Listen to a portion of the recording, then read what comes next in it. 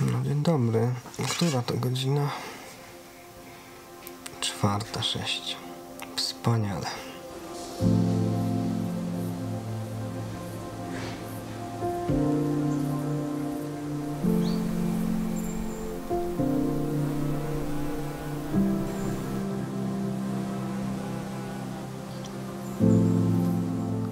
No cześć, znowu pod górę.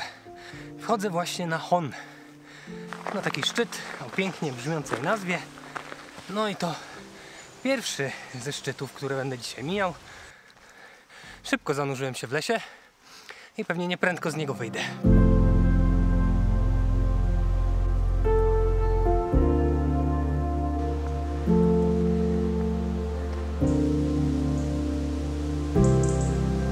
Ten napis nie zostawia wątpliwości. Hon.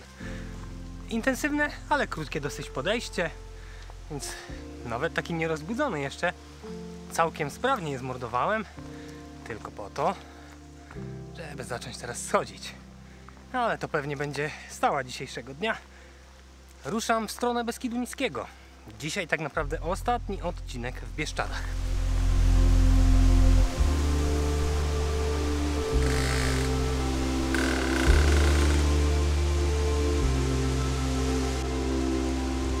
Całkiem przyjemny odcinek, leśny, ale ten grzbiet jest dosyć wąski i stromo opada z obu stron, a to tworzy taką przyjemną przestrzeń. Po tamtej stronie pokazał się pierwszy widok tego dnia. Będę liczył i takie nawet. Co ciekawe, gdzieś tam między drzewami pojawił się łopiennik, o którym nawet pisał w swoich pamiętnikach Aleksander Fredro. Pewnie kojarzycie go. To jest autor tej lektury, Zemsta. No co Fredro robił tutaj w okolicy? Ano właścicielem ówczesnym Cisnej był jego ojciec. Tak, to były jeszcze te czasy, kiedy można było sobie kupować wieś razem z mieszkańcami. No i nawet hutę żelaza uruchomił w tej Cisnej.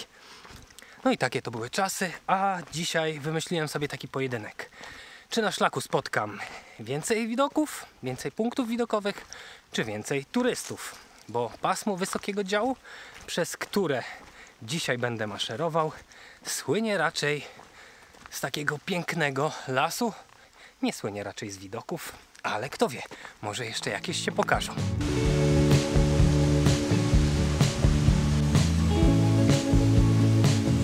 Mówcie co chcecie, ja to zaliczam jako drugi widok.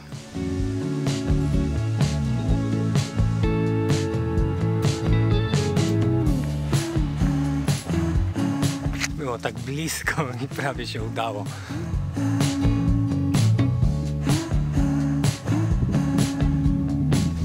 Jakoś tak bardzo leniwie wstaje dzień i słońce nie chce się wydostać spod chmur. No ale rzeczywiście w prognozach, które sprawdzałem, będę w drugiej części dnia ścigał się z jakimiś deszczami. Mam nadzieję, że skutecznie. Mniej więcej 31 km dzisiejszy odcinek liczy.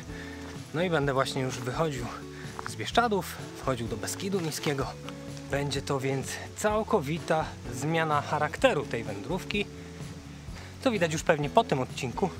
Taki przejściowy pomiędzy tymi pierwszymi dniami, kiedy było bardzo widokowo. No a teraz pewnie będę musiał się zaprzyjaźnić z leśnymi ścieżkami.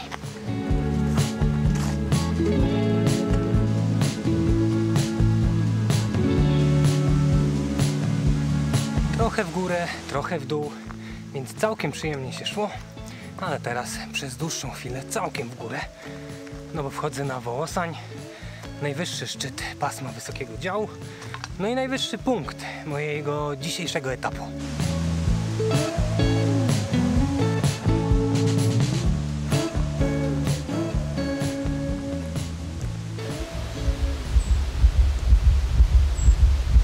Nie jest dobrze.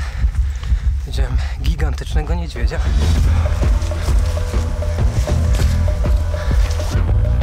Halo! Niech mnie usłyszy. Może gdzieś zejdzie. No dobrze, chwilę odczekałem i idę nieco poniżej szlaku, takim otwartym lasem. Większe szanse, że go gdziekolwiek zobaczę. I staram się być głośno. Niedźwiedzie raczej sobie pójdą, jeżeli usłyszą człowieka, więc starczy pewnie poczekać chwilę. Chyba poszedł. Muszę być nieco głośniej, jeżeli będę szedł tutaj dalej. Czasami niektórzy wieszają sobie takie dzwoneczki, bo to już z daleka daje znać dzikim zwierzętom, że ktoś się zbliża. One raczej nie przepadają za człowiekiem, więc jeżeli tylko usłyszą, to gdzieś tam sobie uciekają. A jeżeli już się zdarzy takie spotkanie, no to najlepiej po prostu jest się w miarę spokojnie wycofać. Ten spokój pewnie trudno. Z jednej strony trochę żałuję, że nie zdążyłem wyciągnąć aparatu, żeby przynajmniej 3-sekundowy klip nagrać. No ale z drugiej strony to taki odruch, bo ten niedźwiedź wstał w zasadzie, no tak jak stąd do tamtego drzewa, 30-40 metrów. Więc pierwsze, o czym trzeba myśleć, to żeby po prostu się wycofać. A tak w ogóle to niedźwiedź widziany na żywo robi znacznie większe wrażenie niż na zdjęciach. No jest po prostu wielki, gigantyczne cielsko wynurzające się gdzieś tam za zakrętu robi wrażenie. Łydki mi się trzęsą. Nie sądziłem, że to możliwe. Mam teraz drobny opór przed wchodzeniem w takie ścieżki. Halo?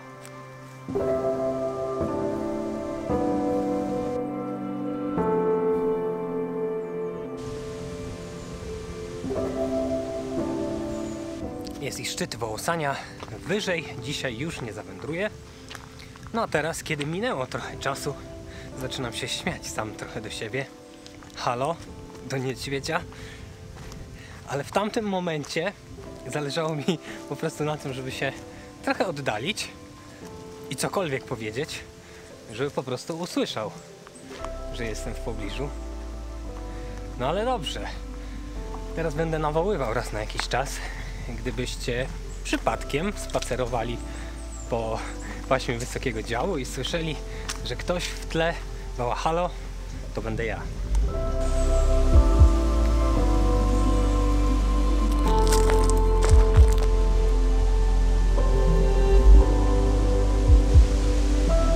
Gdzieś między drzewami wreszcie zaczyna przebijać się słońce. Długo kazało na siebie dzisiaj czekać. No i wydawałoby się, że taki tam spacer przez las. Co może się tutaj wydarzyć? No a wrażeń miałem nie mniej niż w te pierwsze początkowe dni. Pasmo wysokiego działu to jednak rzeczywiście głównie taka karpacka puszcza.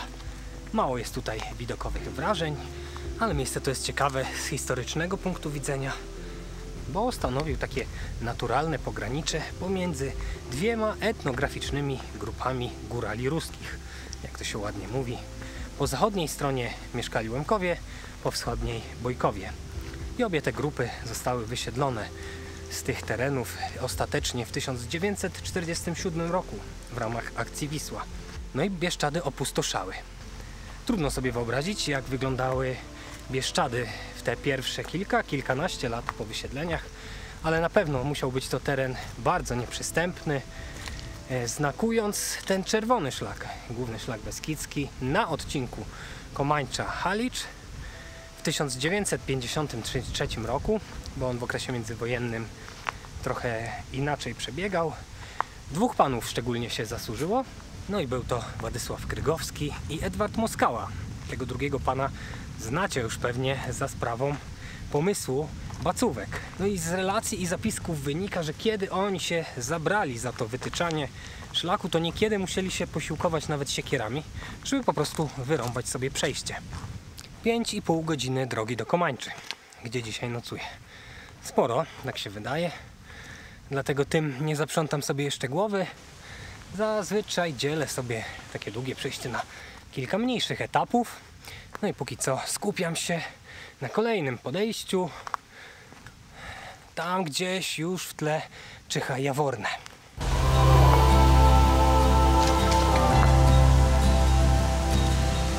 Patrzcie, co znalazłem. Ławeczkę i najprawdziwszy punkt widokowy. Ten liczę za 2 punkty.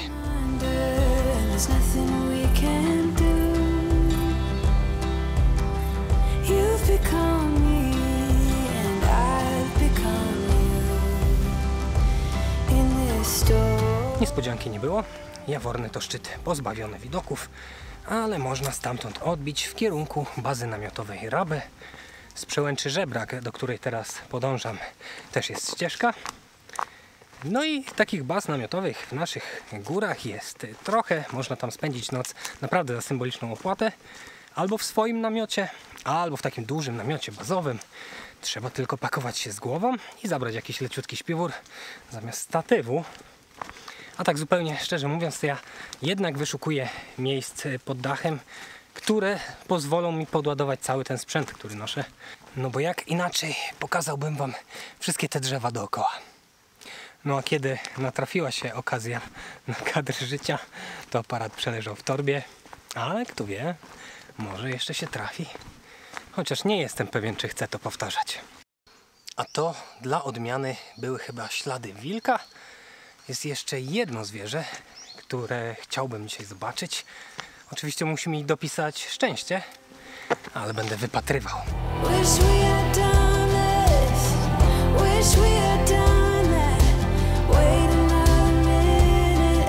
Patrzcie tylko, jaki ładny szpaler pod tymi wysokimi bukami, a po obu stronach strome zbocza. Naprawdę bardzo przyjemny odcinek.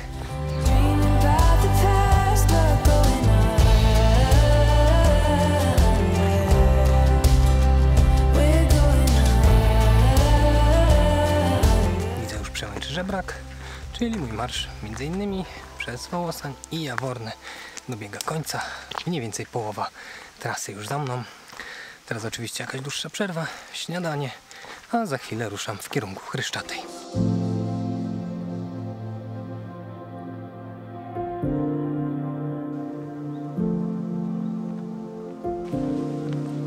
Śniadanie zjedzone, stopy wypoczęte, a nawet kilka miłych zdań zamieniłem z turystkami, które też przemierzają główny szlak Beskidzki. Pozdrawiam. Więc w takim dobrym humorze rozpoczynam podejście w kierunku Chryszczatej. Drugie, dłuższe podejście w czasie tego odcinka, ale każde podejście ma gdzieś swój koniec, a po drugie, potem będzie już tylko z górki.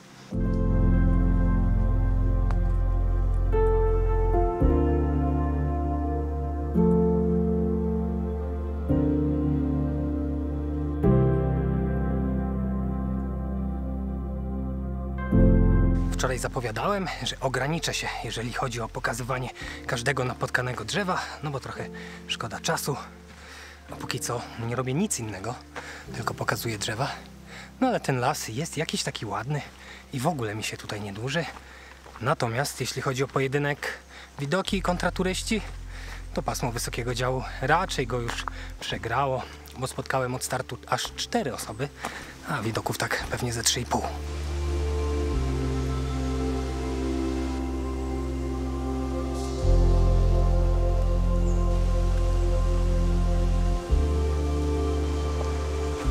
Wytężam wzrok, no bo zbliżam się do Chryszczatej, a to zwierzę, o którym wam wcześniej opowiadałem, to żubr. Właśnie tutaj, na zboczach tej góry, żyje sobie takie jedno statko i jeżeli człowiek ma szczęście i planety ustawią się w odpowiedni sposób i jest się cicho, to można te zwierzęta tutaj zaobserwować. No ale trochę powątpiewam, że będę miał dzisiaj aż tyle szczęścia.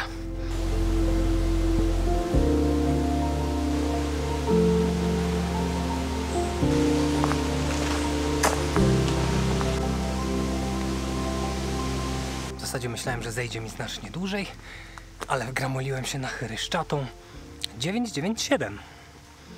Ten numer, pewnie wiecie co oznacza. Tak jest, Laskową w Beskidzie Niskim, bo tam wznosi się szczyt o tej samej wysokości. Tutaj jest taka bardzo ciekawa wiata, a ja sobie zrobię taki krótki spacer po szczycie Chryszczatej, bo jest tu dosyć ciekawie. Przede wszystkim rzuca w oczy się ten gigantyczny obelisk. On służył jeszcze w czasach zaborów do pomiarów wysokości. Umieszczano je na licznych tutaj szczytach, tak żeby widzieć jeden z drugiego i kartografowie austriaccy tworzący pierwsze takie szczegółowe mapy tych terenów używali czegoś takiego. A tutaj nieopodal jest też krzyż. On upamiętnia poległych w czasie I wojny światowej.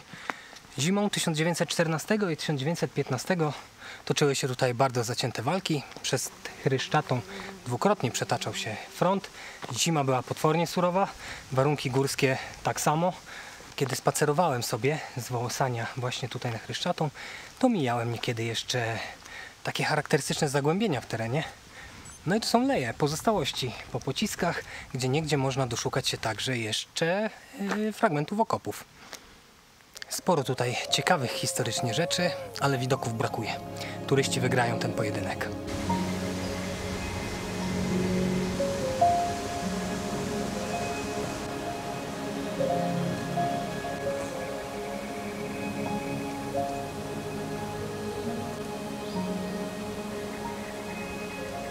Coś w okolicy rzeczywiście się przechadza, ale nie sprawdzę, czy ciepłej, czy niedawno.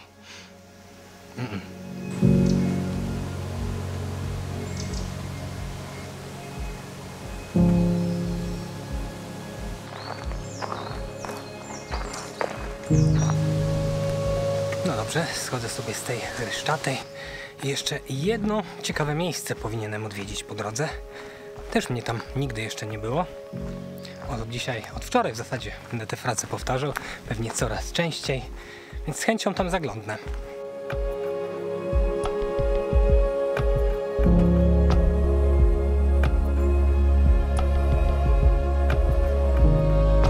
Jest i on, rezerwat przyrody Zwiezło, w którym znajdują się jeziorka duszatyńskie. I to pewnie ta nazwa bardziej przemawia do powszechnej wyobraźni. A dlaczego rezerwat Zwiezło? No bo wzięło i zwiezło. Kawał góry konkretnie. Zbocze Chryszczatej zjechało tutaj, tamując bieg potoku Olchowaty. To osuwisko miało objętość 12 milionów metrów sześciennych. Ja sobie takiej wartości w ogóle nie wyobrażam. Nie mam pojęcia, jak duże to musiało być. Ponoć huk tego wydarzenia był tak głośny, że mieszkańcy pobliskiego Duszatyna myśleli, że nadchodzi koniec świata. Świat się nie skończył. Powstało za to kilka nowych jeziorek osuwiskowych. Przetrwało wstępnie 3, ale do naszych czasów zachowały się 2. To jest zagadka, dlaczego tak było. Ano hrabia Potocki postanowił łowić w jednym ze stawów ryby poprzez spuszczenie z niego wody. No i dzisiaj możemy zachwycać się 2. Malownicze miejsce i jest tutaj dzisiaj bardzo spokojnie.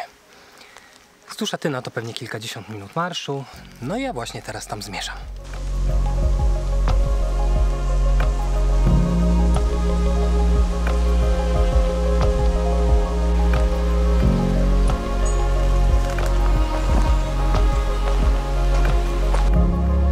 Jest i drugie, nieco mniejsze jeziorko, pewnie w odległości mniej więcej 200-300 metrów od tego większego.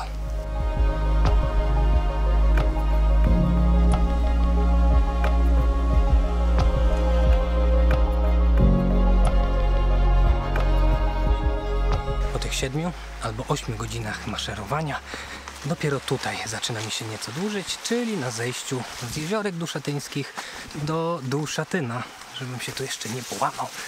No bo ten odcinek jest... o taki jest. Chyba zdecydowanie bardziej wolałem być wśród tych wysokich buków.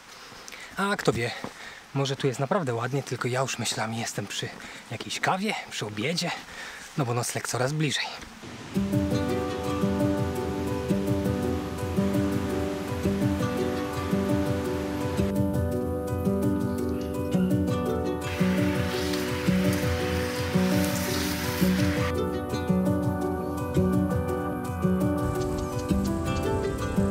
Teraz asfalt, pewnie kilka dobrych kilometrów, ale ma to jakiś plus, bo zaczyna grzmieć.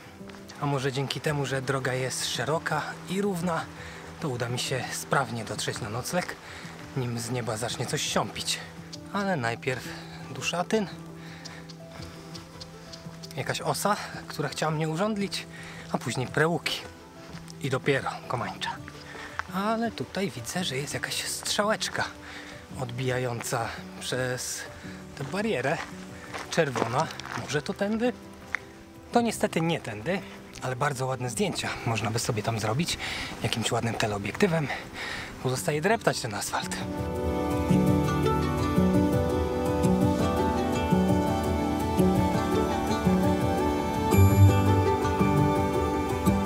niestety znak, na który tyle czekałem. Informuje mnie, że gdy tylko przekroczę ten mostek nad Osławą, to pożegnam Karpaty Wschodnie i znajdę się w Karpatach Zachodnich, co oznacza, że oficjalnie po tych 4 pierwszych dniach mogę pożegnać już Bieszczady. Gościły mnie wspaniale. Udaję się właśnie w kierunku Beskidu Niskiego i mam nadzieję, że będzie podobnie gościnny. No, niech będzie przynajmniej pogodny. To zresztą sobie już poradzę.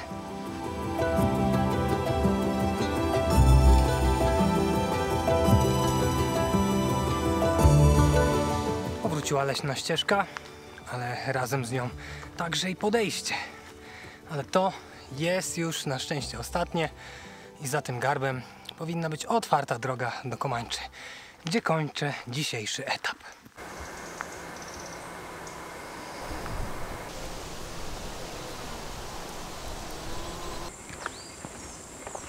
Dłuższe było to podejście i zejście, niż mi się początkowo wydawało. Od momentu, w którym powiedziałem, że jeszcze tylko ten garb, już prosta droga, to minęło jeszcze ohoho i ohoho.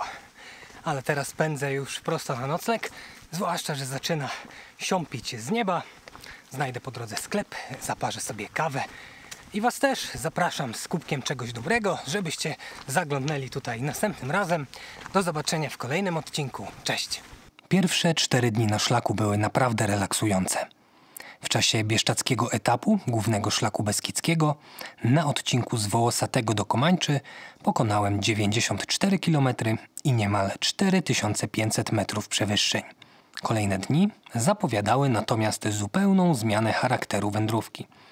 Czekało już na mnie ponad 140 km ścieżek w Beskidzie Niskim.